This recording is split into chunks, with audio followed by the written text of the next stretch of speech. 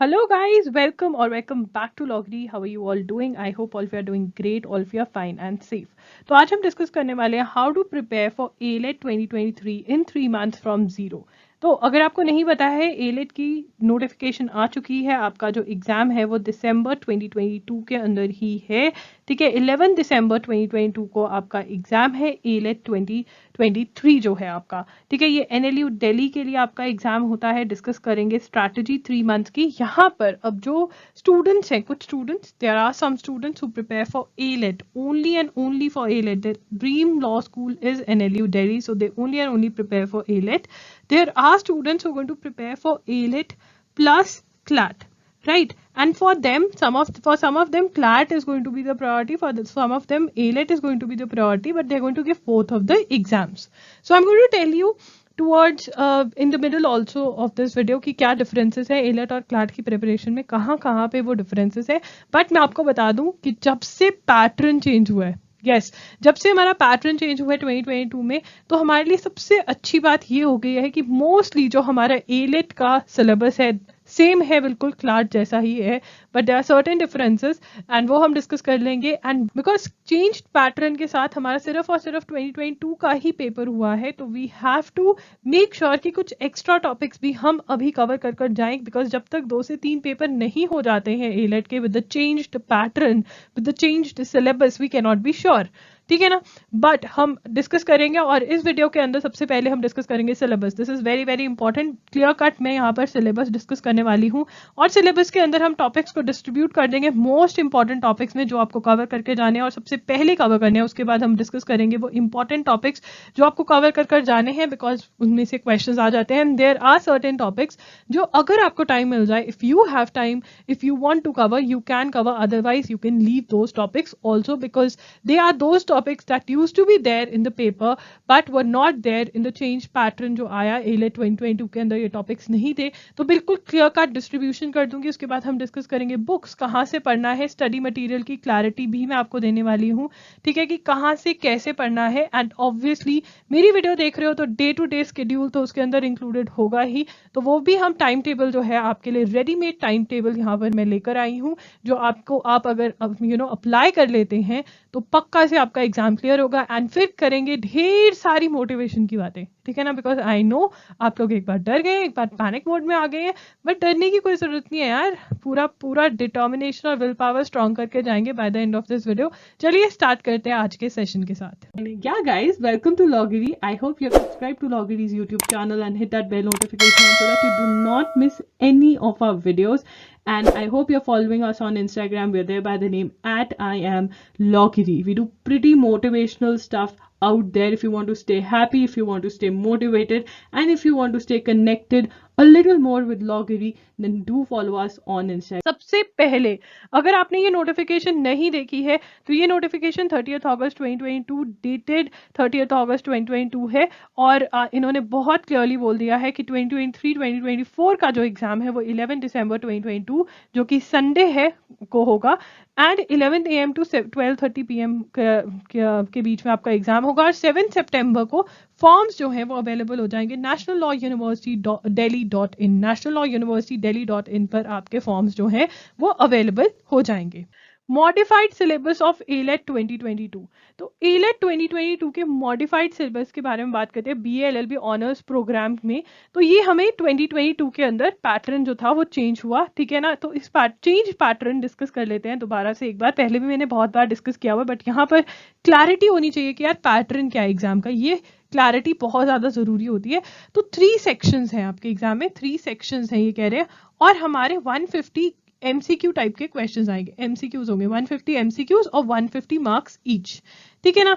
अब यहाँ पे sorry, 1 question is equal to 1, I said 150 questions और 150 marks each, no, 1 question is equal to 1 mark and the entire paper is going to be of 150 marks. Okay, यहाँ पे हमें दिए जाएंगे 90 minutes, yes 90 minutes to solve the paper, ठीक है। अब यहाँ पे जो 3 सेक्शंस है हमारे, वो फर्स्ट सेक्शन जो हमारा है वो है इंग्लिश।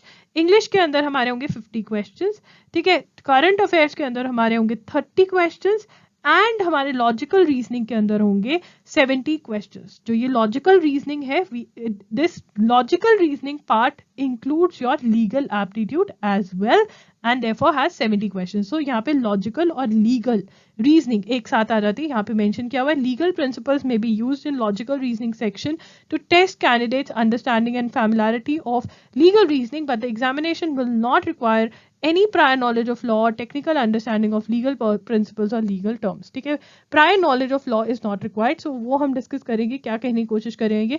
yes, नेगेटिव मार्किंग है, -0.25 मार्क्स होगा अगर रॉन्ग आंसर देकर आओगे एग्जाम के अंदर।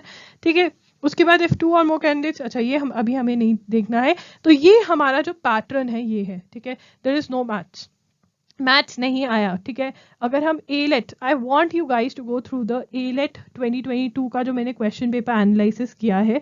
ठीक है, वो बहुत ज़्यादा इंपॉर्टेंट है बिकॉज पैटर्न चेंज हो गया। तो एक बार देख लो कि पेपर कैसा सा आता है। उसमें मैंने पूरा पेपर आपके साथ डिस्कस किया हुआ है कि पैसेज वही क्लैट वाला टाइप का कि पैसेज है। ठीक है, पैसेज के बेसिस पे क्वेश्चंस आ रहे हैं। तो I want you to go through the question paper का लिंक डिस्क्रिप्शन बॉक्स में मैं प्रोवाइड कर दूंगी आपको, बट वो वीडियो देखनी बहुत ज़्यादा जरूरी है। उसका लिंक भी आपको डिस्क्रिप्शन बॉक्स में मिल जाएगा। तो ये पैटर्न के लिए क्लियर है। हमें सिलेबस की बात करेंगे। अब हम करेंगे बहुत ही ज़्यादा इंपॉर्टेंट, अब हम सब नोट्स बनाएंगे साथ साथ। क्या बनाएंगे? नोट्स। सिलेबस नोट करना बहुत ज़्यादा जरूरी है, पैटर्न भी नोट करना बहुत ज़्यादा जरूरी है। प्लानिंग में ना बहुत काम आता है। अगर तुम्हें पता है कि इंग्लिश 50 मार्क्स की है और करंट अफेयर 30 मार्क्स के, तो वो ना पुश मिलता है कि हाँ यार पढ़ना है, इंग्लिश कवर करनी है। तो इंग्लिश के अंदर देखिए, यहाँ पर अब मैंने आपको बहुत ज़्यादा क्लैरिटी देने वाली हूँ चीज़ों पर। देखिए, एलेट का जो पैटर्न है, एलेट का पैटर्न 2022 के अंदर चेंज हो गया। ठीक है ना, और चेंज्ड पैटर्न के साथ जब एग्जाम हुआ तो उसके अंदर बहुत सारे टॉपिक्स जो यूजुअली एलेट के एग्जाम में आते थे वो नहीं आए। राइट, बिकॉज अभी एग्जाम चेंज पैटर्न के साथ सिर्फ एक बार हुआ है। We need to be careful कि बाकी सारी टॉपिक्स क्या आ सकते हैं। ठीक है ना, बिकॉज एग्जाम अब जैसे क्लैट के अंदर सिलेबस की क्लैरिटी मिल गई है कि हाँ यही टॉपिक्स आएंगे।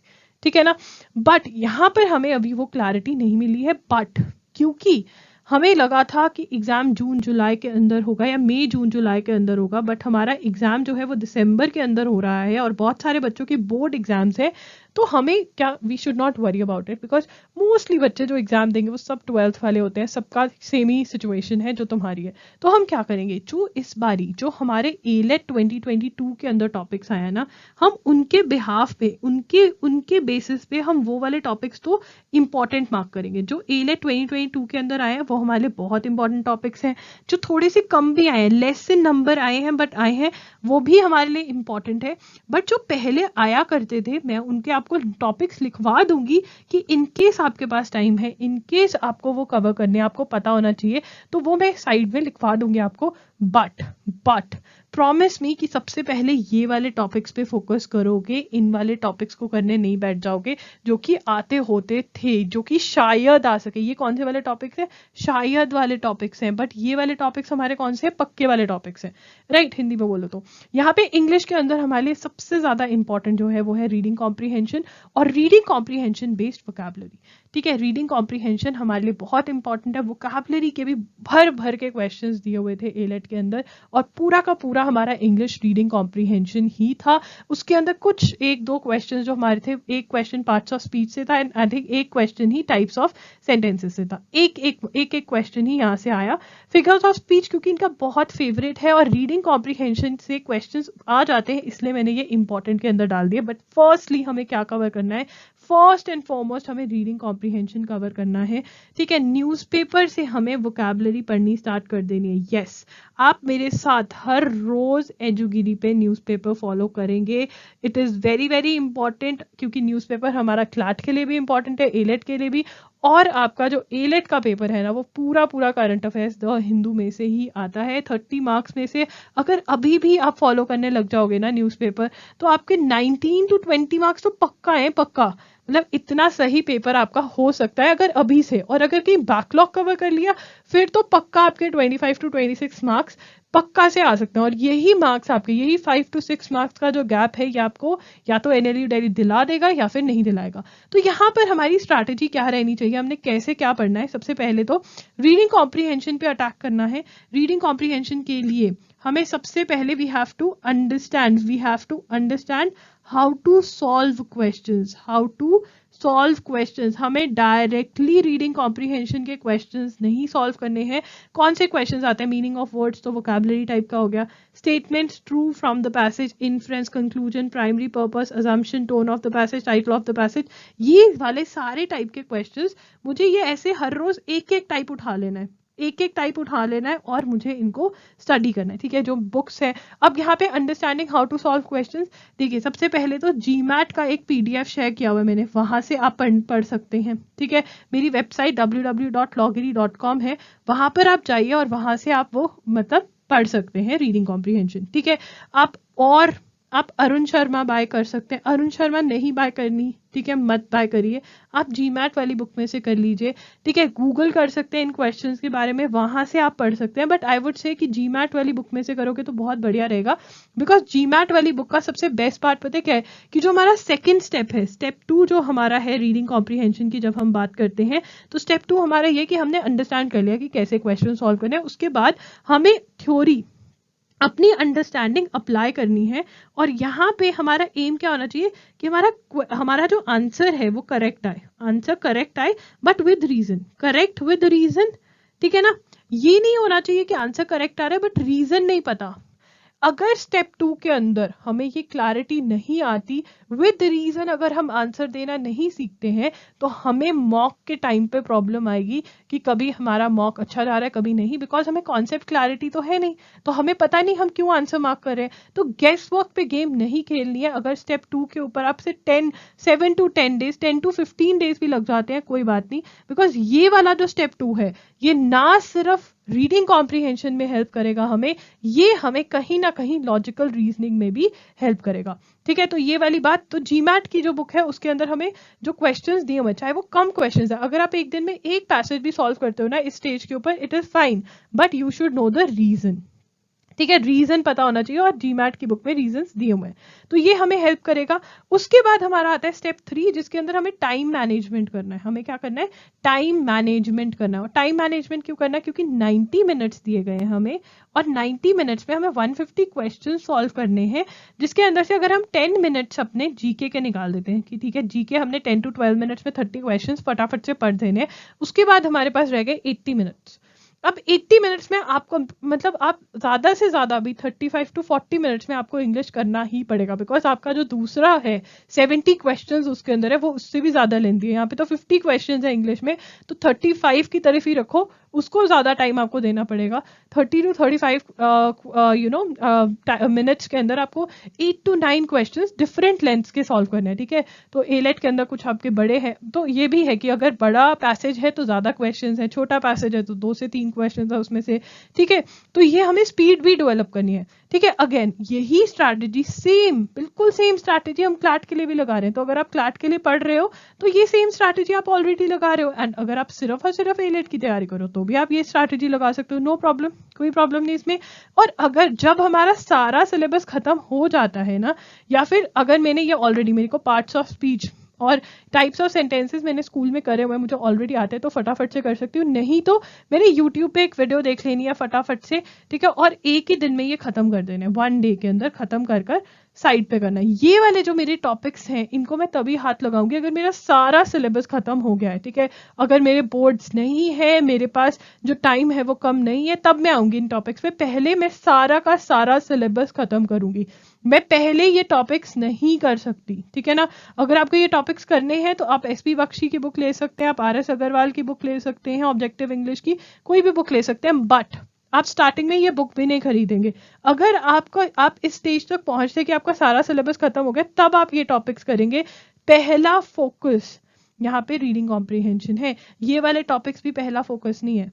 ठीक है, पहला फोकस रीडिंग कॉम्प्रिहेंशन है, because maximum questions reading comprehension based ही हमारे आएंगे। वोकैबुलरी न्यूज़पेपर में से, जब मेरे साथ आप एजुकेरी पे न्यूज़पेपर पढ़ोगे तो मैं आपको इंपॉर्टेंट वर्ड्स दे देती हूँ हर रोज। 5 to 7 न्यू वर्ड्स याद करने स्टार्ट कर दो, जब तक एग्जाम आएगा मोस्ट प्रोबेबली बहुत आराम से आप रीडिंग कॉम्प्रिहेंशन भी सॉल्व कर पाओगे और वोकैबुलरी बेस्ड क्वेश्चंस भी सॉल्व कर पाओगे।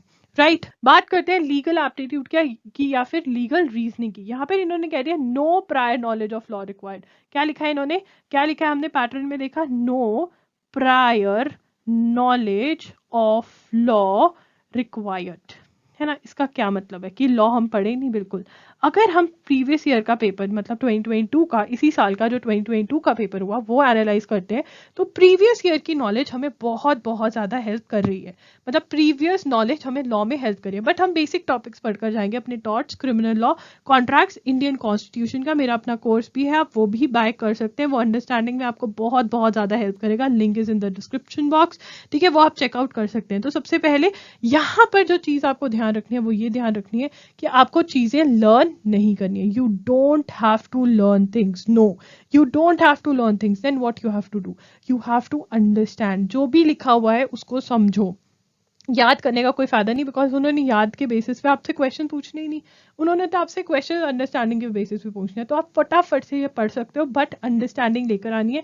लीगल रीजनिंग पे एक वीडियो ऑलरेडी करा हुआ है, आप लीगल रीजनिंग लॉगरी टाइप करेंगे ना, लीगल रीजनिंग लॉगरी टाइप करेंगे आपको वो वीडियो मिल जाएगा, तो जाइए वो वीडियो आप चेक कर सकते हैं। Right, so this is what you have to do for your legal reasoning. और फिर PYQs उठाने हैं, PYQs उठाने हैं, एलेट और क्लैट के PYQ सॉल्व कर देने हैं, बस यही करना है, बस यही करना है लीगल रीजनिंग के लिए। लीगल रीजनिंग के लिए यही करना है। और बुक जो प्रीवियस ईयर क्वेश्चन पेपर्स की बुक है उसका लिंक डिस्क्रिप्शन बॉक्स में प्रोवाइड कर दूंगी, वो आप बाय कर सकते हैं। यू कैन स्टार्ट सॉल्विंग, ठीक है। Logical reasoning and critical reasoning, देखिए लॉजिकल रीजनिंग लीगल के साथ मिलाकर हमारा 70 मार्क्स का बनता है। और इसके अंदर, और इस बार तो ऐसा लग रहा था कि सिलॉजिज्म्स की तो इन्होंने वर्कशीट उठाकर डाल दिया, ऐसा लग रहा था कि पेपर नहीं है, सिलॉजिज्म्स की वर्कशीट दी है हमें, ठीक है। इतने क्वेश्चंस थे, तो सिलॉजिज्म सबसे पहले उठा के कर देने हैं इस बारी, ठीक है। कहाँ से करने हैं, इसके लिए हम इन्वेस्टमेंट करेंगे MK पांडे में, analytical reasoning by MK Pandey की बुक, सिर्फ और सिर्फ एक टॉपिक के लिए, यस करेंगे हम। बिकॉज जो आपका एलेट के क्वेश्चंस थे, एलेट में जितने क्वेश्चंस आपके क्रिटिकल रीजनिंग के आए थे वो सारे के सारे आपके MK पांडे बेस्ड थे, चाहे वो आर्ग्यूमेंट्स, अजम्पशंस, इन्फ्रेंस वाले में ही आपको कंक्लूजन भी मिल जाएगा MK पांडे में, सारे क्वेश्चंस। तो आप अंडरस्टैंडिंग, अब यहाँ पर स्टेप बाय स्टेप स्ट्रैटेजी क्या बनने वाली है, देखिए सबसे पहले तो ना, सबसे पहले सिलॉजिज्म सॉल्व कर लेना। रीडिंग कॉम्प्रिहेंशन के बाद जो सेकंड चीज आपको करनी है वो है क्या, सिलॉजिज्म्स। बहुत आए थे यार। स्टेप वन यहाँ पे स्टेप वन जो हमारा है वो ये है कि सबसे पहले तो सिलॉजिज्म सॉल्व करने हैं। कहाँ से, MK पांडे की बुक में से, analytical reasoning by MK Pandey, link description box में मिल जाएगा, वहां से आप चेकआउट कर सकते हैं, ठीक है। स्टेप टू हमारा क्या है, देखिए स्टेप टू के अंदर जो मैं बात करने वाली हूँ वो है ये आपके ये वाले टॉपिक्स की, जो आर्ग्यूमेंट से लेकर के इन्फ्रेंस तक मैंने यहाँ लिखे हुए हैं। कहाँ पर लिखे हुए हैं, ये रहे, ये लो मार्क कर देती हूँ, ठीक है। ये वाले क्वेश्चंस देखो, अब करने को आप ये टॉपिक्स MK पांडे में से भी कर सकते हो, पर बहुत बच्चों को नहीं समझ में आते जब वो एनालिटिकल रीजनिंग व MK पांडे पढ़ते हैं। तो मैंने एक PDF शेयर किया हुआ है www.loggery.com पे, ठीक है ना, वो PDF में से आप हेल्प ले सकते हो। देखो यार, क्रिटिकल रीजनिंग है, हमारे इंडियन स्कूल्स में हमने पहले क्रिटिकल रीजनिंग नहीं पढ़ी होती है तो हमें थोड़ी प्रॉब्लम आती है। बट अगर आप ये वाला जो PDF है इसमें से पढ़ लेते हैं और आपको नहीं समझ में आता है, तब भी आप एक एक टॉपिक को मतलब पढ़ते रहो, बार बार आओ उस टॉपिक पर, बार बार आओ, गिव अप मत करो। अगर पहली बार में गिव अप कर दोगे तो नहीं होगा, बट बार बार अगर आते रहोगे ना, इंटरेस्ट डेवलप हो जाएगा। नहीं समझ में आता कि ये प्रेमाइस क्या है, स्टेम क्या है, स्टिमुलस क्या है, ये पहले तो समझ नहीं आता ना, पहले फाइटिंग चलती है थोड़ी देर। लड़ना नहीं है क्रिटिकल रीजनिंग के साथ, इसको प्यार से समझना है, इसको टाइम देना है और ये समझ में आएगी, ठीक है। और ये खुद से ही समझ में आने वाली चीज़ है। एक और बात बता दूं, ठीक है, कोई तुम्हें समझा नहीं सकता। एक टॉपिक को 2 3 3 बार पढ़ो उस बुक में से। एंड अगर चाहते हो तो मैं स्पेसिफिकली तुम्हारे एलेट के उससे कि एलेट के अकॉर्डिंग तुम्हें कौन से पर्टिकुलर टॉपिक्स पढ़ने हैं इस बुक में से मैं बता दूंगी। MK पांडे में तो बहुत क्लियर है, इन्फ्रेंस वाले टॉपिक में कंक्लूजन भी मिल जाएगा। तो ये सारे टॉपिक्स MK पांडे की बुक में बहुत क्लियरली दिए हुए हैं, तो वो तुम्हें टेंशन लेने की ज़रूरत नहीं है। बट अगर तुम पीडीएफ का यूज़ करना चाहते हो तो यार इसके लिए फिर तुम्हें टेलीग्राम ग्रुप भी ज्वाइन करना पड़ेगा कि टेलीग्राम पे तुम बता सकते हो, वहाँ पे मैं इमीडिएटली रिप्लाई कर देती हूँ, ठीक है ना। या फिर तुम 1-on-1 सेशन भी बाय कर सकते हो, मेरा जो पेड सेशन होता है, ठीक है। अगर तुम्हारी ज़्यादा ही प्रॉब्लम्स है और तुम चाहते हो कि बिल्कुल डिटेल डिस्कशन करना है डायरेक्टली मेरे साथ, तो कर सकते हो, राइट। अब यहाँ पर देखिए, ये वाले हमारे मोस्ट इंपॉर्टेंट टॉपिक्स हैं, मोस्ट इंपॉर्टेंट, ये तो आएंगे ही आएंगे, ठीक है ना, मोस्ट इंपॉर्टेंट टॉपिक्स हैं। अब हमारा ये वाला टॉपिक भी आया था, पजल टेस्ट आया था इस बारी, ठीक है। थोड़े क्वेश्चंस थे, आई थिंक 4 to 5 क्वेश्चंस आए थे इसमें से, ठीक है। अब बाकी सारे क्वेश्चंस इसमें से आए थे, ठीक है, 4 to 5 क्वेश्चंस आए थे। तो यहाँ पर मैं कहूँगी एम के पांडे की ही बुक में से, ठीक है, सॉल्विंग प्रॉब्लम्स या प्रॉब्लम सॉल्विंग करके क्वेश्चंस होगा, वहाँ पे अरेंजमेंट टाइप के आपको मिल जाएंगे क्वेश्चंस, वहाँ से ही सॉल्व कर लेना, वहाँ से ही सॉल्व कर लेना, ठीक है। आर एस अग्रवाल लेने की कोई ज़रूरत नहीं है, हमारे पास टाइम भी नहीं है, 3 मंथ्स रह गए, तो एम के पांडे में से ही सब कुछ कर जाओ, ठीक है। एक्स्ट्रा हेल्प इसमें ज़रूरत नहीं पड़ेगी, एम के पांडे में सब चीज़ें समझाई हुई है, बल्कि हम एम के पांडे को अंडरस्टैंडिंग के लिए ही यूज़ करते हैं हमेशा, तो सॉल्विंग प्रॉब्लम्स यहाँ से सॉल्व कर जाओगे। अब बाकी जो सारे टॉपिक्स हैं, जैसे कि ये वाले टॉपिक्स, देखो यार, पहले तो ये सारे टॉपिक्स तुम्हारे एग्जाम में आते थे, ठीक है ना। अब क्योंकि सिलॉजिज्म्स आया है, और एनएलयू दिल्ली को अगर हम ट्रेंड देखें ना, एनएलयू दिल्ली का ट्रेंड रहा है कि ये कभी कुछ डालता है कभी कुछ डालता है, पहले भी इसके सेट टॉपिक थे और पहले कभी कुछ डालता है कभी कुछ, तो अभी तभी कह रही हूँ कि एक दो बार अगर पेपर हो जाएगा तो हमें फिट बैठ जाएगा क्या डालते हैं। मैं चाहती हूँ, ये मैं चाहती हूँ, मेरी पता नहीं इंट्यूशन कह रही है, गलत भी हो सकती है, कि तुम cause and effect, assertion and reason, courses of action, ये जो 3 है, मैं इसको डार्क से कर देती हूँ, ये 3 कॉज एंड इफेक्ट, इसके एक बार ना एक दिन ही लगाकर बेसिक्स पढ़ जाना कि क्या है कॉज एंड इफेक्ट का क्वेश्चन सॉल्व कैसे करना है, कोर्सेज ऑफ एक्शन का सॉल्व कैसे करना है, असर्शन रीजन कैसे सॉल्व करनी है।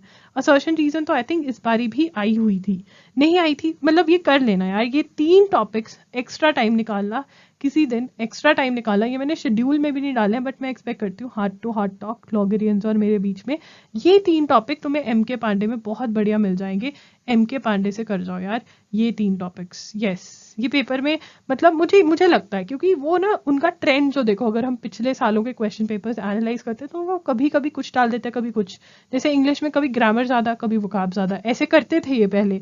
बट अभी यहाँ पर अगर हम बात करें तो इनका ट्रेंड मुझे इसका लग रहा है, क्योंकि वहाँ पे तो रीडिंग कॉम्प्रीहेंशन का ट्रेंड आ गया ना उनका, पहले रीडिंग कॉम्प्रीहेंशन तो एक आता था बस, उसके बाद वो सारा ग्रामर डाल देते थे, वो चेंज कर दिया उन्होंने, कॉन्सेप्ट पैसेज बेस्ड क्वेश्चन बना दिया, क्लैट जैसा क्वेश्चन पेपर बना दिया, तो ये कर लेना। बाकी ये अगर बहुत टाइम है तब करने हैं बाकी टॉपिक्स, नहीं तो नहीं। और ये भी अगर बेसिक्स तुम एम के पांडे में से ही पढ़ जाओगे तो सारे हो जाएंगे, मतलब ये वाले टॉपिक्स तुम्हारे सॉल्विंग प्रॉब्लम्स में ही सारे हो जाने चाहिए, ब्लड रिलेशंस मिल जाएगा, सीरीज कोडिंग डिकोडिंग, ठीक है, डायरेक्शन सेंस भी हो जाएगा, तो ये कर जाना एम के पांडे में से। बट ये वाले टॉपिक्स कब करने हैं, अब यहाँ पे बहुत ही ज़्यादा गंदा हो गया है, मैं क्लीन करके तुम्हें पढ़ा देती हूँ। तो ये वाले 3 टॉपिक्स भी हम इस वाली कैटेगरी में डाल देंगे, तो ये ठीक है, और ये एम के पांडे में से कर लेंगे हम, ठीक है, और बाकी सारे भी हमारे एम के पांडे में से ही हो जाएंगे, ठीक है। जनरल नॉलेज की बात करें तो यार, जनरल नॉलेज के अगर हम पिछले सालों का एनालिसिस करते हैं तो ये सारी न्यूज़ हमारी इंपॉर्टेंट निकलती है, इंटरनेशनल, तो इंटरनेशनल ऑर्गेनाइजेशन से related, law related news to USA, तो रॉ वर्सेस वेड का मैं यहीं पे बता देती हूँ तुम्हें, ठीक है ना। ये वाली जजमेंट जो है ओवरटर्न हुई है, मतलब ये वाली जो जजमेंट है ये राइट टू अबॉर्शन देती थी यूएसए वालों को, और अब राइट टू अबॉर्शन उनकी ख़त्म कर दी है, ठीक है ना। तो ये वाली जजमेंट, और कैसी वर्सेस प्लान्ड पेरेंटहुड, 2-3 और जजमेंट्स है, उसके लिए लीगल करंट अफेयर्स वाली वीडियो देख लेना मेरी, ठीक है, वो हेल्प करेगी। अब यहाँ पर ठीक है, तुम्हें क्या करना है, reading the Hindu everyday, yes. देखो यार, मेरा एनालिसिस जो मैंने एनालिसिस किया ना, उसके अंदर मेरा एनालिसिस ये कहता है कि 30 क्वेश्चंस में से around about 25 questions directly, 22 to 25 questions directly the Hindu में से थे, डायरेक्टली, मतलब कुछ कहीं और जाने की जरूरत नहीं। अगर द हिंदू पढ़ा हुआ था ना किसी ने 6 से 7 से 8 महीने का, 8 to 9 मंथ्स का अगर द हिंदू पढ़ा हुआ था ना, तो बहुत बढ़िया था, वहीं से क्वेश्चंस आए थे, ठीक है। तो अभी आज से मेरे साथ द हिंदू पढ़ने लग जाओ, एजुगिरी पे मैं खुद पढ़ा रही हूँ आपको द हिंदू, ठीक है। द हिंदू पढ़ो, उसके नोट्स बनाओ मेरे साथ साथ ही सेशन के अंदर, 6 to 7 o'clock सेशन होता है. अगर 6 to 7 फ्री नहीं हो इवनिंग के अंदर 6 PM to 7 PM तो आप रिकॉर्डेड लेक्चर सुन सकते हो. एजुग्री का link will be in the description box. YouTube channel है, फ्री के अंदर पढ़ाती हूँ. बेस्ट पार्ट ये है कि बैकग्राउंड न्यूज़ भी कवर हो जाती है, इंपॉर्टेंट वर्ड्स भी कवर हो जाते हैं, नोट्स भी हो जाते हैं, एक्सप्लेनेशन भी हो जाती है, बहुत ईजी. ठीक है, अगर तुम द हिंदू के अकेले अकेले नोट्स भी बना लेते हो ना एलेट के लिए तो बहुत बहुत कवर हो जाना चाहिए. यही तुम्हारा एलेट 2022 कहता है. तो अगर तुम्हें बेयर मिनिमम करना है ना, द हिंदू प्लस नोट्स बना लो एलेट के लिए, इतने में भी क्वेश्चंस निकलेंगे. अगर तुम्हें बहुत ही ऊपर जाना है, तुम कह रहे हो कि नहीं प्रिपरेशन करनी है तो बहुत अच्छी, तो मैगजीन फॉलो करने लग जाओ. अब मैगजीन कौन सी? अगर तुम सिर्फ और सिर्फ एलेट, बहुत बच्चे होते हैं जिनका ड्रीम लॉ स्कूल सिर्फ और सिर्फ NLU दिल्ली होता है और वो प्रिपेयर भी सिर्फ और सिर्फ एलेट के लिए करते हैं. मैं पर्सनली ऐसे बच्चों को जानती हूँ. अगर तुम्हारा ड्रीम लॉ स्कूल है एलेट और तुम दे ही एलेट रहे हो, ठीक है, तो GK टुडे या प्रतियोगिता दर्पण ले सकते हो और वो पढ़ सकते हो. ठीक है, बट अगर तुम्हें देना है क्लैट और एलेट दोनों ही, तो तुम क्लैट के लिए विजन IAS या दृष्टि IAS फॉलो कर रहे होगे तो वो भी बहुत बढ़िया है. विजन IAS के लेक्चर्स मैं भी ले रही हूँ, क्लासेस लॉगरी पर ले रही हूँ जिसमें तुम्हें एक्सप्लेन कर रही हूँ. तो अगर तुम्हें यहाँ से कवर करना है कि यार मुझे मतलब समझा दे कोई मैगजीन, समझ नहीं आ रही है, तो फिर तुम मेरे साथ विजन IAS कवर कर सकते हो, वो भी तुम्हें हेल्प करेगी एलेट के लिए. अब जनवरी टू लेकर दिसंबर 2022 तक कवर करना है. मुझे पता है मैंने पिछली वीडियोस में बोला था कि जून से भी कर लोगे तो बढ़िया रहेगा, बट यार तब पेपर ये नहीं पता था दिसंबर में होगा, क्योंकि अब पेपर दिसंबर 2022 में है तो जनवरी से न्यूज़ कवर करनी पड़ेगी. जो बैकलॉग है, ठीक है, अगेन बैकलॉग के लिए मतलब जो न्यूज़ अभी नहीं पढ़ी है तुमने, जिसका न्यूज़पेपर नहीं पढ़ा, तो न्यूज़पेपर पढ़ने मत बैठना, कोई फायदा नहीं होने वाला है. इससे अच्छा मैगजीन फॉलो करना. अगेन अगर सिर्फ और सिर्फ एलेट देना है, सिर्फ और सिर्फ एलेट के लिए पढ़ रहे हो, तो फिर तुम GK टुडे या प्रतियोगिता दर्पण कर सकते हो. एंड अगर क्लैट और एलेट कर रहे हो तो IAS विजन या दृष्टि IAS पढ़ोगे तो क्लैट के लिए ज़्यादा अच्छे से मतलब क्लैट का पढ़ रहे हो तो दृष्टि IAS या विजन IAS ऑलरेडी तुम पढ़ ही रहे होगे, तो उसमें से ही तुम्हारा एलेट का भी कवर हो जाएगा मोस्टली. ठीक है ना, तो वो कर सकते हो बैकलॉग के लिए. ठीक है ना, बैकलॉग के लिए ये भी कर सकते हो अगर टाइम कम है कि न्यूज़पेपर पढ़ना स्टार्ट कर दिया अभी से, प्लीज़ न्यूज़पेपर पढ़ना स्टार्ट कर दो, प्लीज़ यार, प्लीज़ प्लीज़ प्लीज़. और नोट्स बनाना स्टार्ट कर दो. अगर न्यूज़पेपर और नोट्स बनाना स्टार्ट कर दिया अब से और पिछली न्यूज़ कवर कर ली ना किसी भी तरीके से एलेट के लिए, तो बहुत बढ़िया हो जाएगा. बात करते हैं हम अपने टाइम टेबल की. देखिए यहाँ पर आप 1.5 आवर्स तो न्यूज़पेपर को दीजिए, बिकॉज आप द हिंदू अगर मेरे साथ पढ़ते हैं प्लस उसके नोट्स बनाते हैं तो इतना टाइम आपको लग जाएगा. 1 to 1.5 आवर्स इतने तो लग ही जाएंगे आपके. ठीक है, उसके बाद सितंबर के अंदर जो आपको, और अगर आप 2 आवर्स और दे सकते हो यहाँ पे प्लस 2 आवर्स और दे सकते हो, मतलब 3.5 आवर्स to 4 आवर्स दे सकते हो, या फिर आप ये 2 आवर्स की जगह 1 आवर दे सकते हो तो 1 आवर दे दीजिए, और 1.5 आवर्स दे सकते हो, वो भी सही रहेगा. ठीक है ना, 1.5 आवर्स. तो यहाँ पर सबसे पहले रीडिंग कॉम्प्रीहेंशन का फाउंडेशन लेकर, ये फाउंडेशन के अंदर वही कि जो जो हमारे टाइप के क्वेश्चंस आते हैं वो हम पढ़ेंगे 7 to 10 डेज में. मैंने आपको बता दिया कैसे आपको पढ़ना है, कौन सी बुक्स अवेलेबल है आपके पास. करेक्ट आंसर पे वर्क करेंगे कि हमें विद रीजन पता हो क्या आंसर है. अगर देखो यहाँ पे तुम्हारा क्वेश्चन गलत भी होता है ना तो तुम पैसेज पे वापस जाओगे कि मैंने ये सोचा था, ये मेरे को, अच्छा ये आंसर ये है, अच्छा मैं ऐसे सोचा था. अपना माइंडसेट जो है वो चेंज करने की कोशिश करनी है हमने. 10 to 15 डेज हम बड़े आराम से दे देंगे. देखो ये जो फर्स्ट वाला पार्ट है बहुत जल्दी हो जाएगा, सेकंड वाला जितनी जल्दी हो जाए उतना बढ़िया, बट अच्छे से करना है. और अगर अच्छे से करोगे ना इन दोनों को कंबाइंड वे में भी कर सकते हो और 10 to 15 डेज में सब कुछ खत्म कर सकते हो. बाकी टाइम मैनेजमेंट पे काम करोगे, जितना महीना तुम सितंबर में बचेंगे उतने दिन टाइम मैनेजमेंट के अंदर तुम 8 to 9 पैसेजेस सॉल्व करने की कोशिश करोगे 35 to 40 मिनट्स के अंदर. देखो यहाँ पे मैंने स्टेजेस में डिवाइड किया तुम्हारी प्रिपरेशन. पहले फाउंडेशन, करेक्ट आंसर, मैंने टाइम मैनेजमेंट मतलब 40 मिनट्स में पैसेजेस या 35 मिनट, यार यहाँ पे 35 मिनट्स ही रखो तुम, 35 मिनट्स में पैसेजेस सॉल्व करने को तुम्हें सेकंड स्टेज पे नहीं कहा, थर्ड में कहा है. ठीक है ना, क्योंकि अगर तुम टाइम मैनेजमेंट और करेक्ट आंसर को कंबाइन कर लोगे तो बहुत प्रॉब्लम हो जाएगी, तो इसलिए स्टेजेस में डिवाइड किया है. और यही रीडिंग कॉम्प्रीहेंशन, जो तुम रीडिंग कॉम्प्रीहेंशन करो ना, इसका बेनिफिट पता है क्या है, तुम्हारा रीडिंग कॉम्प्रीहेंशन जो है वो तुम्हारे लॉजिकल रीजनिंग में भी काम आता है. तो आ जाएगा अक्टूबर के अंदर रीडिंग कॉम्प्रीहेंशन को 35 to 45 मिनट्स दो, मतलब 9 passages back to back solve करने हैं तुमने. कहाँ से सॉल्व करोगे, प्रीवियस ईयर क्वेश्चन पेपर्स उठा लो.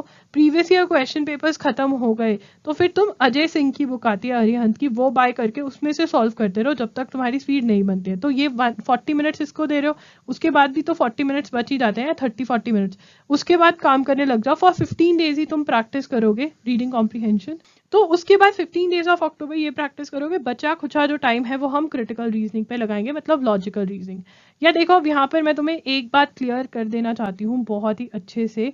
यहाँ पे अगर तुम्हें लगता है तुम्हारी लॉजिकल रीजनिंग इतनी अच्छी नहीं है तो तुम लीगल से भी इसको रिप्लेस कर सकते हो, बट यहाँ पे लॉजिकल रीजनिंग, यार पता है क्या है, तुम ना एक बार एलेट का पेपर खोल कर देखो, इतनी डिफिकल्ट लॉजिकल रीजनिंग नहीं आती है, ठीक है, जितनी की बुक्स के अंदर तुम्हें लगती है। बट तुम्हें अगर तुम उसका बेसिक समझ लेते हो ना, अगर तुम्हारी करंट अफेयर्स की अच्छी अंडरस्टैंडिंग है, तुम्हें पता है अजम्पशन है क्या, आर्ग्यूमेंट क्या होता है, स्ट्रॉन्ग आर्ग्यूमेंट क्या है, वीक आर्ग्यूमेंट क्या है, तुम यार पढ़कर तो देखो। लॉजिकल रीजनिंग बहुत स्कोरिंग है, जैसे संस्कृत और मैथ्स है ना वैसे फॉर्मूला बना सकते हो तुम इसका। और कर तो देखो, अगर नहीं ट्राई करना चाहते, इसको लास्ट के लिए रखना चाहते हो, तो लीगल एप्टीट्यूड उठा लेना अक्टूबर के अंदर, ठीक है ना, रीडिंग कॉम्प्रिहेंशन के टाइम मैनेजमेंट के साथ। और ये शेड्यूल जो है वो, मतलब जो नवंबर का शेड्यूल है वो अक्टूबर में ले आना, ठीक है, कर ही सकते हो इतना। सबसे पहले सिलॉजिज्म्स तो कर सकते हो यार, ये तो बहुत ईजी होते हैं, सिलॉजिज्म्स कर देना, ठीक है, बात मान लो मेरी, सिलॉजिज्म्स कर लेना, ठीक है। उसके बाद फिर तुम इतना टाइम ये सारा मैंने डिस्ट्रीब्यूट किया है, ठीक है। और अगर तुम्हें पीडीएफ की हेल्प चाहिए तो पीडीएफ की हेल्प लेते रहना, कि मतलब वहाँ पे सर्च कर लेना कि ये वाला टॉपिक कहाँ पर है, कंट्रोल एफ करना, डालना, और जहाँ पर लगे तो उसको पढ़ना, ठीक है। उसके बाद अब आ गया नवंबर में जो लोग क्रिटिकल उठाएंगे, मतलब लॉजिकल उठाएंगे, वो लॉजिकल उठा सकते हैं। अब यहाँ पर यार तुम्हें टाइम निकाल कर एक टॉपिक करना पड़ेगा, वो है पजल टेस्ट, वो एमके पांडे में से कर लेना, ठीक है ना, अक्टूबर की स्टार्टिंग में कर लेना। और उसके बाद तुम अपनी लीगल पे आ सकते हो, जिसमें इंडियन कॉन्स्टिट्यूशन पढ़ो। इंडियन कॉन्स्टिट्यूशन जो है, मैं बुक की बात करना भूल गई, तुम मतलब तुम जो लीगल एप्टीट्यूड है वो तुम या तो एबी भारद्वाज में से पढ़ सकते हो या विली में से पढ़ सकते हो, दोनों में से कोई भी बुक खरीद सकते हो, ठीक है। और ये सारे ये वाला शेड्यूल फॉलो करोगे। अंडरस्टैंडिंग चाहिए तुम्हें, प्रैक्टिस पीवाईक्यूज में से कर सकते हो, previous year question papers of ALET and CLAT are more than enough for ALET, बहुत बढ़िया तरीके से सब कुछ कवर हो जाएगा। How to manage CLAT and ALET together, देखिए ये एक प्रॉब्लम हो गई है, ठीक है ना, कि क्लैट और एलेट एक साथ कैसे मैनेज करें। देखो यार, एलेट ने क्लाट जैसा ही सिलेबस और पैटर्न बना लिया है, ठीक है ना, पैसेज बेस्ड क्वेश्चंस आते हैं, थोड़े से ही टॉपिक्स का डिफरेंस है, जिसके अंदर मैंने तुम्हें बता दिया क्या डिफरेंस है। यहाँ पर मैं सिलॉजिज्म्स भी डाल दूंगी, हम क्लाट के लिए सिलॉजिज्म्स नहीं पढ़ते हैं, बट इसके लिए हमें पढ़ने पड़ रहे हैं, ठीक है। तो यहाँ पर देखिए, आपको प्रायोरिटाइज करना पड़ेगा, आपके लिए कौन सा एग्जाम बहुत ज़्यादा इंपॉर्टेंट है, एलेट है या क्लाट, उसका सिलेबस पहले खत्म करो। जैसे फॉर एग्जांपल एलेट के लिए मैंने तुम्हें ऑलरेडी बता दिया, कॉज एंड इफेक्ट पढ़कर जाओ, कोर्सेज ऑफ एक्शन पढ़कर जाओ, तो ये हमारे एक्स्ट्रा टॉपिक्स हो गए, ठीक है। एक पॉइंट ऐसा आएगा, कॉमन टॉपिक्स हैं दोनों में रीडिंग कॉम्प्रिहेंशन आते हैं, दोनों में वोकैबुलरी बेस्ड क्वेश्चन आते हैं, फिगर्स ऑफ स्पीच दोनों में आ रहे हैं, ठीक है। उसके बाद हम चलते हैं लीगल पे, दोनों के ही सेम टाइप के क्वेश्चंस हैं, ठीक है।